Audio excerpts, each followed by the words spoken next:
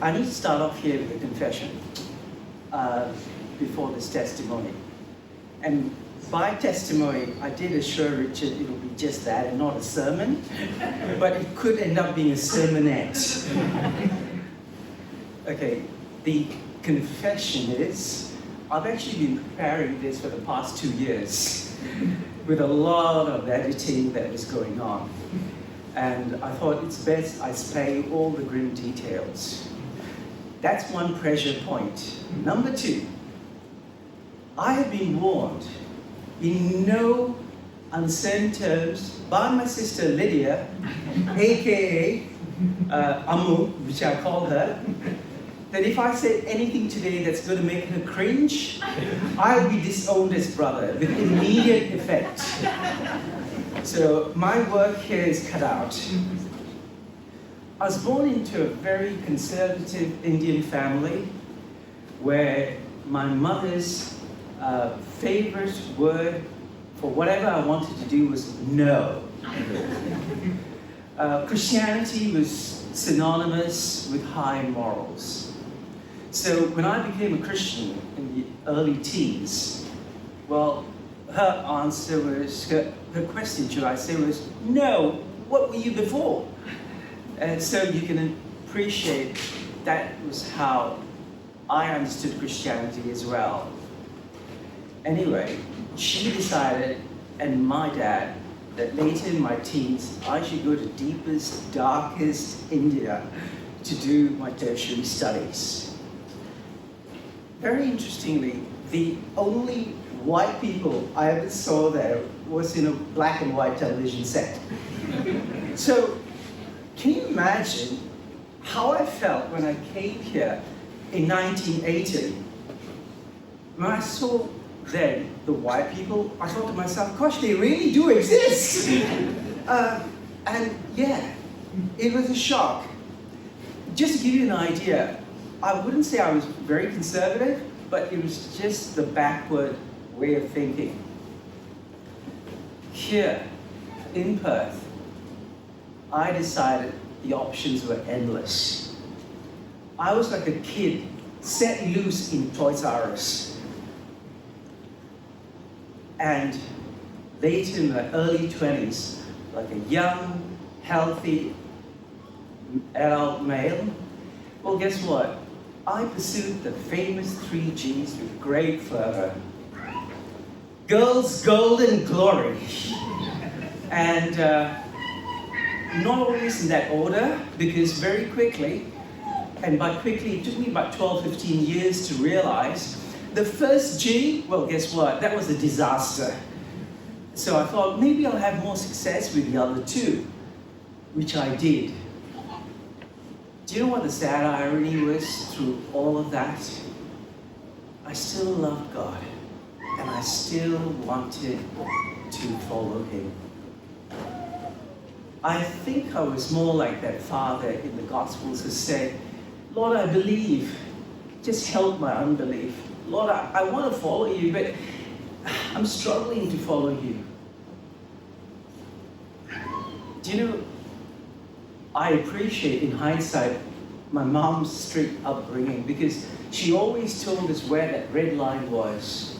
But guess what? I tried to live as close as possible to that red line while telling God, but guess what? I never crossed over the red line. God, I'm still a good boy like you expect me to be.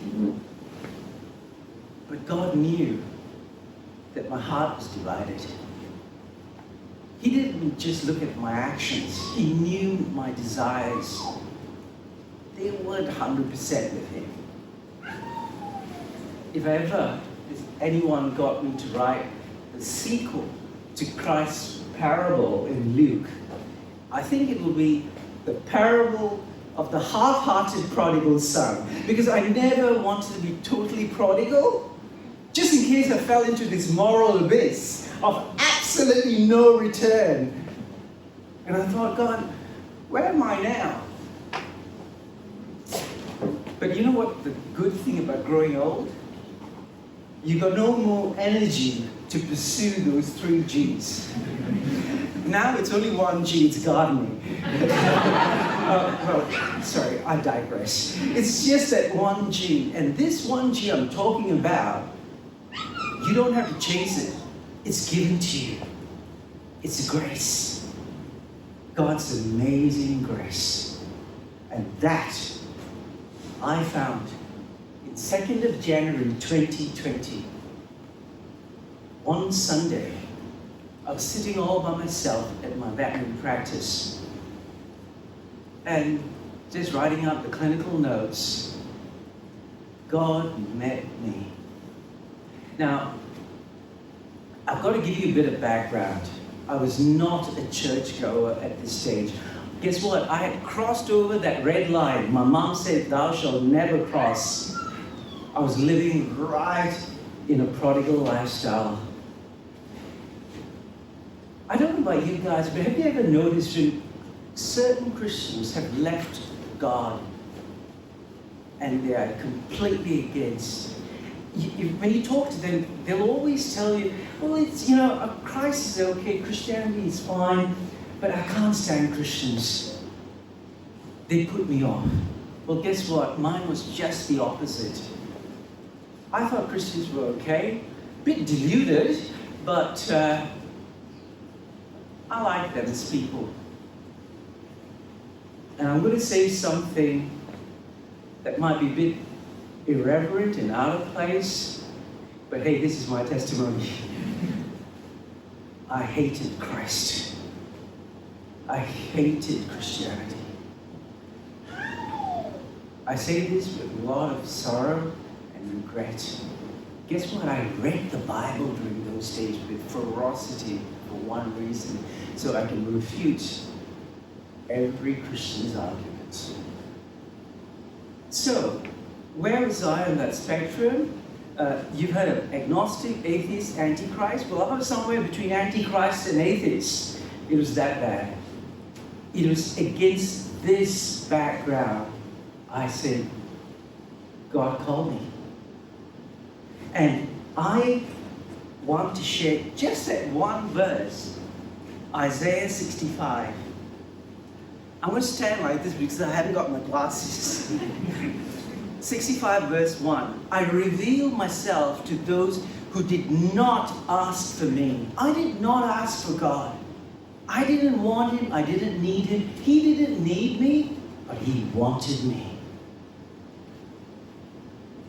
And through tears of repentance, I want to share with you something a bit surreal.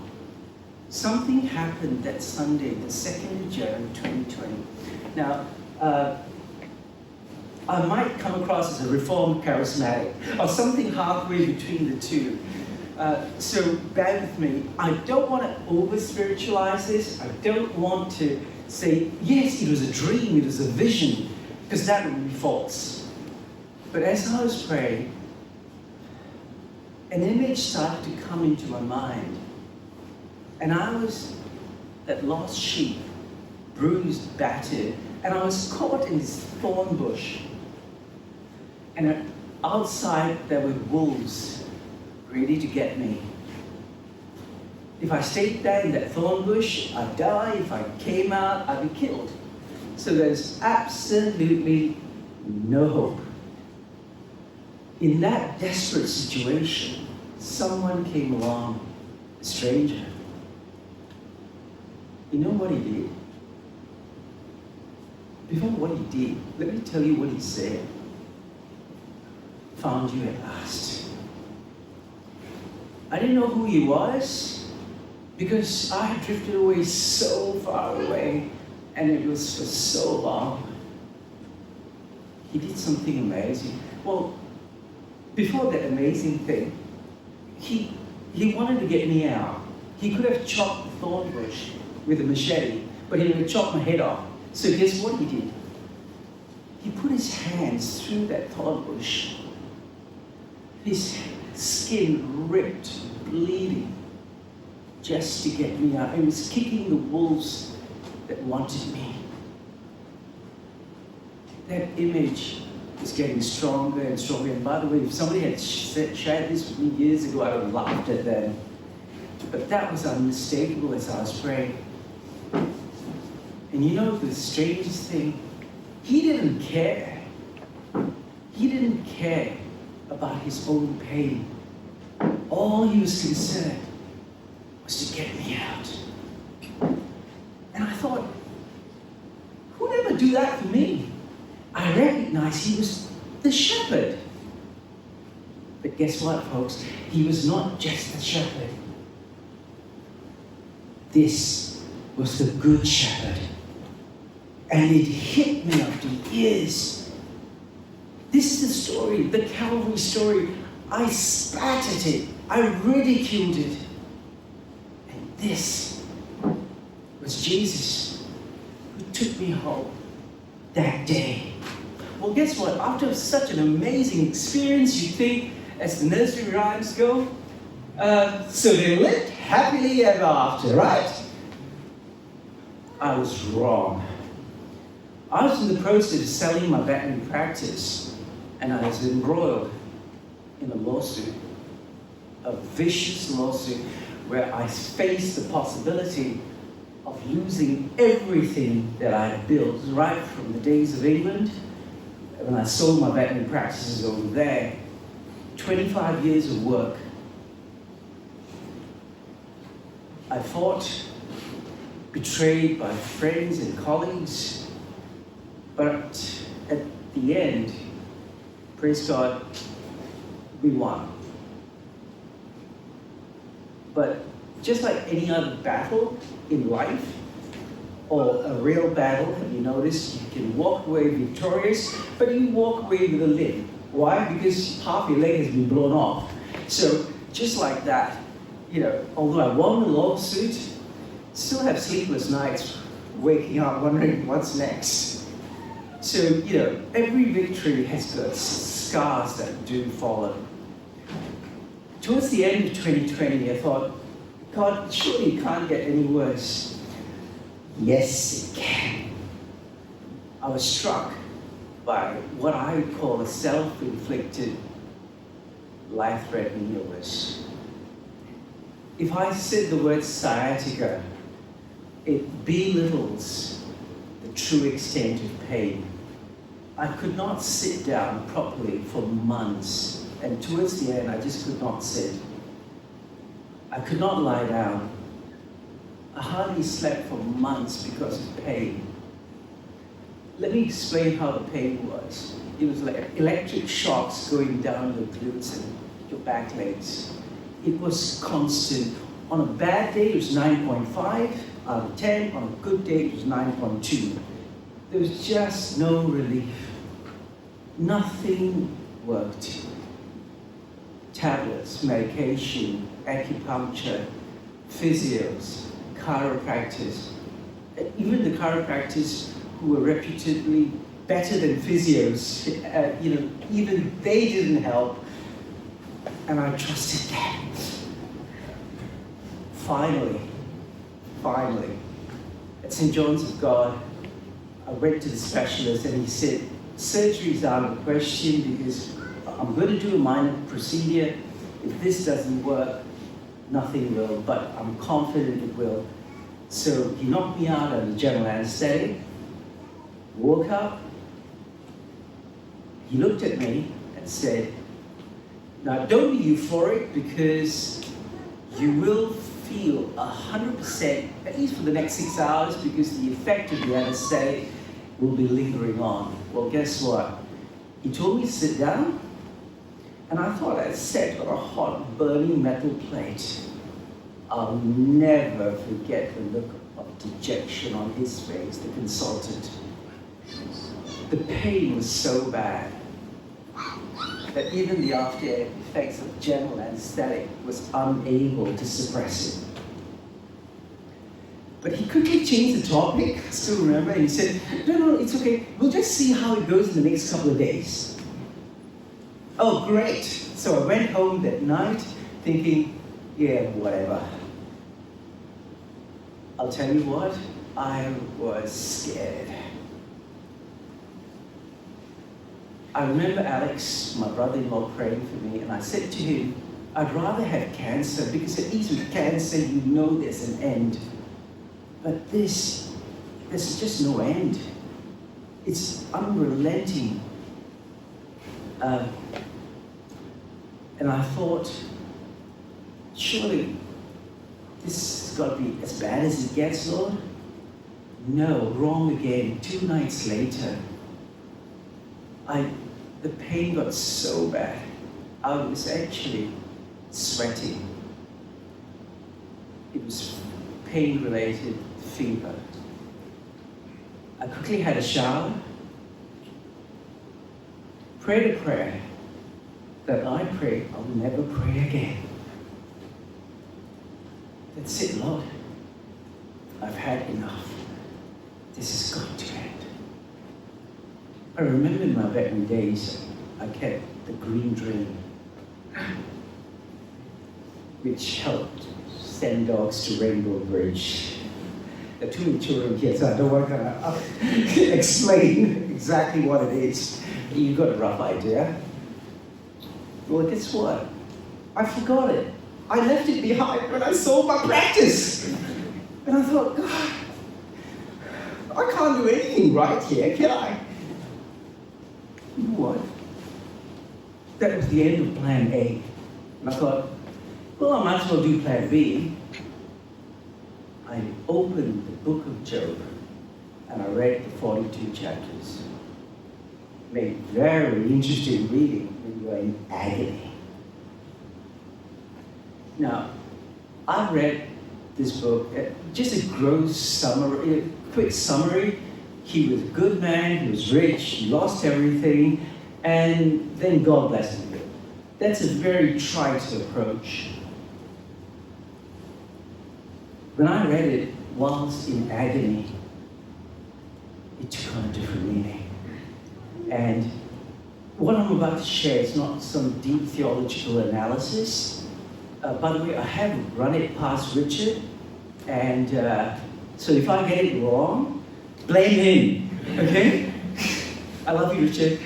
It's all good.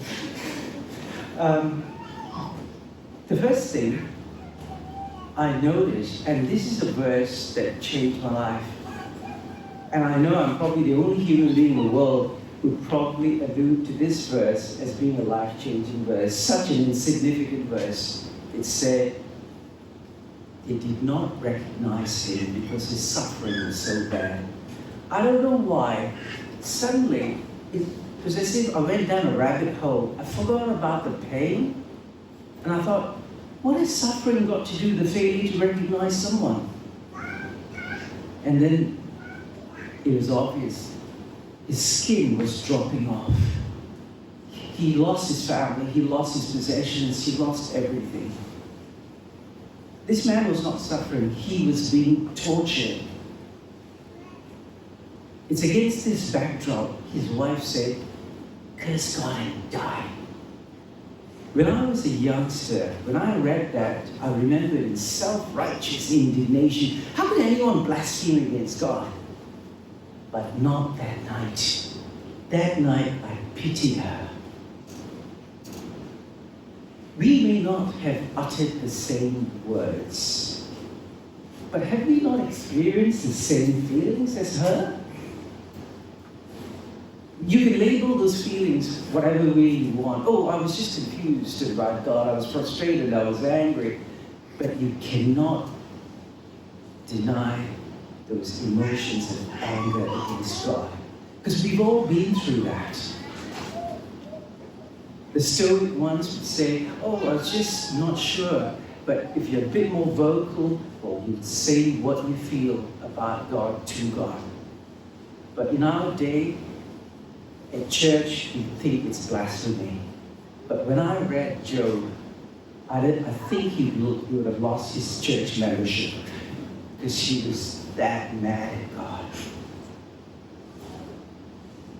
R.C. Sproul said, anger has got one common thing.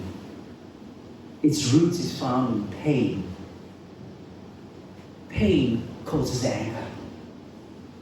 The pain of having something you don't want, like an illness. Or the pain of having something, or not having something you really want, which is the other end of the spectrum. As a youngster, I'm going to be honest with you, my pain was the pain of singleness. How long, oh Lord, do I have to wait? I've got cobwebs around me waiting for her. What does she see in him? And he's married and I'm not. You call yourself a fair God? What do I do with these desires of mine? Let's be honest, we've all been through that at some stage. But we are too afraid to say that to God because we think that's blasphemy. Well, it's not. Not according to Job. Well, anyway, instead of a wife, God has blessed me with 2 lovely dogs. They snore at night, but that's okay. Back to Job. How does he start? He praises God for his suffering and he says, whatever God does, he gives, he takes away, blesses his name. And then 2 chapters later, I've got this written down, Job chapter 7, verse 20. You know what he says?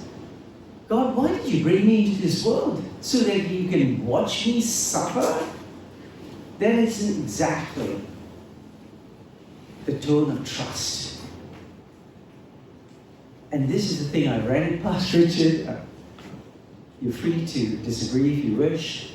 The 3 things I observed that night. Number 1, he did not understand what God was doing. Number 2, he unleashed his fury against God.